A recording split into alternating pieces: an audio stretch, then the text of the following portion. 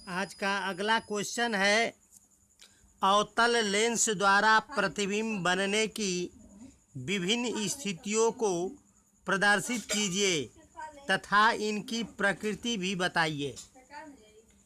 तो हेडिंग है इसका, अवतल लेंस द्वारा प्रतिबिंब बनने की निम्नलिखित स्थितियां हैं। पहला हेडिंग है, जब वस्तु अनंत पर स्थित है। तो अनंत पर स्थित किसी वस्तु से आने वाली समांतर किरणें लेंस से अपवर्तन के पश्चात मुख्य फोकस F2 से अपसरित। तो अब यहाँ देखेंगे, ये अवतल लेंस है, ये मुख्य अक्ष है। तो मुख्य अक्ष के समांतर चलने वाली किरणें लेंस से अपवर्तन के पश्चात मुख्य फोकस F2 से अपसरित होती है। अपसरित होती है कि मतलब फैलती है। अगर इसको पीछे की ओर बढ़ाएंगे तो मुख्य फोकस F2 पर मिलेगा। इन किरणों को चित्र खींचते समय विशेष ध्यान देंगे, इसी सीध में है ये F2। अब इसका अर्थ ये हुआ कि इस स्थिति में वस्तु का प्रतिबिंब आभासी, क्योंकि वस्तु इधर ही है, तो वस्तु का प्रतिबिंब आभासी, सीधा तथा मुख्य फोकस F2 पर बिंदु के आकार का बनता है। अब दूसरी स्थिति है, जब वस्तु लेंस के वक्रता केंद्र तथा अनंत के बीच स्थित है। तो ये लेंस का फोकस F2 है और यहाँ पर वक्रता केंद्र मान लेते हैं। तो वक्रता केंद्र C यहाँ पे है और अनंत यहाँ पे है। तो वक्रता केंद्र C तथा अनंत के बीच ये वस्तु है। तो मुख्य अक्ष के समांतर चलने वाली किरणें अपसरित यानी फैल जाती हैं। पीछे बढ़ाने पर लेंस के फोकस F2 पर मिलती है और इसके प्रकाशिक केंद्र O से जाने वाली किरणें सीधे पार निकल जाती है। तो ये प्रतिबिंब, ये दोनों किरणें यहाँ पर काट रही हैं, अर्थात इस वस्तु का प्रतिबिंब यहीं पर बनेगा। तो ये प्रतिबिंब आभासी इसलिए कि जिधर वस्तु है, लेंस के जिस तरफ वस्तु है उधर ही प्रतिबिंब बन रहा है। तो प्रतिबिंब आभासी, सीधा, वस्तु से छोटा तथा लेंस के प्रकाशिक केंद्र तथा फोकस के बीच बनता है। अब अगला हेडिंग है, लेंस का सूत्र। यदि लेंस की फोकस दूरी F, लेंस से वस्तु की दूरी U तथा लेंस से प्रतिबिंब की दूरी V है, तब FUV में निम्न संबंध होता है, 1/F बराबर 1/V माइनस 1/U। याद रहे, U सदैव लेंस से वस्तु की दूरी है और V लेंस से प्रतिबिंब की दूरी है।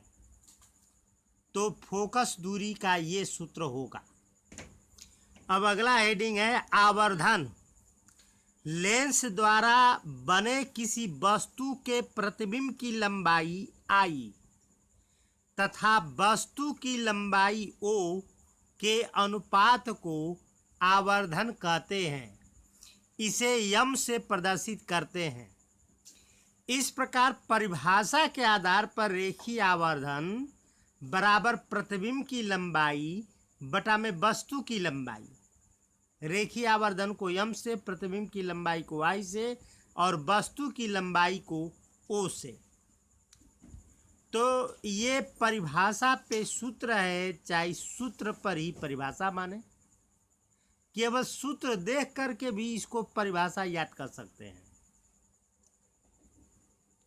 रेखीय आवर्धन वस्तु के प्रतिबिंब की लंबाई तथा वस्तु की लंबाई के अनुपात को कहते हैं।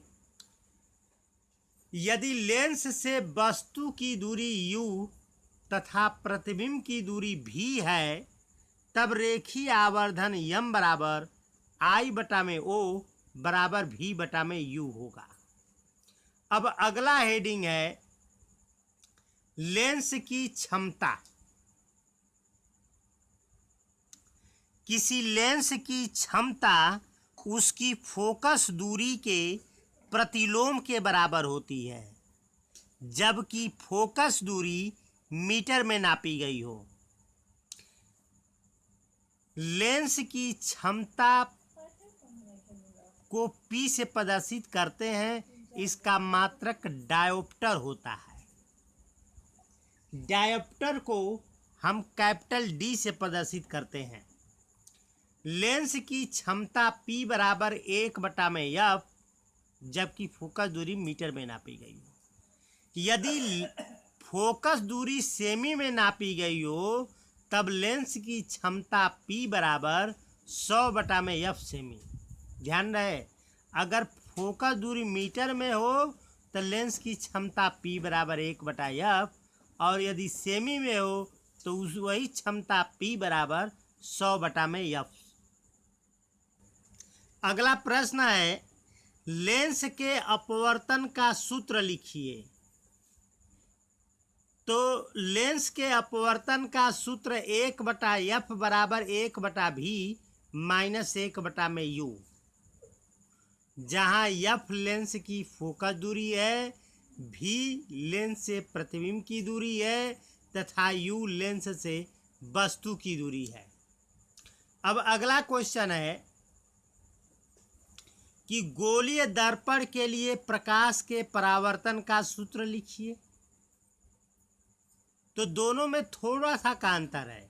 लेंस के लिए पढ़े 1/f बराबर 1/v माइनस 1/u माइनस, तो दर्पण के लिए 1/f बराबर 1/v प्लस 1/u, जहाँ v दर्पण से प्रतिबिंब की दूरी है तथा u दर्पण से वस्तु की दूरी है।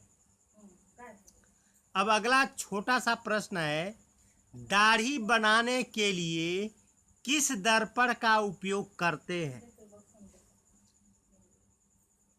तो इसका आंसर होगा अवतल दर्पण। अब अगला क्वेश्चन है गोलीय दर्पण की फोकस दूरी तथा वक्रता त्रिज्या में संबंध बताइए। तो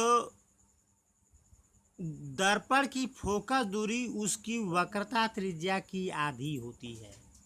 अगला प्रश्न है छोटा सा, ऐसे द्रव का नाम बताइए जिसका घनत्व पानी से कम तथा अपवर्तनांक जल से अधिक होता है।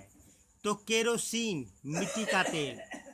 अगला लास्ट क्वेश्चन है सूक्ष्मदर्शी में कौन सा लेंस प्रयुक्त किया जाता है? तो उत्तल लेंस।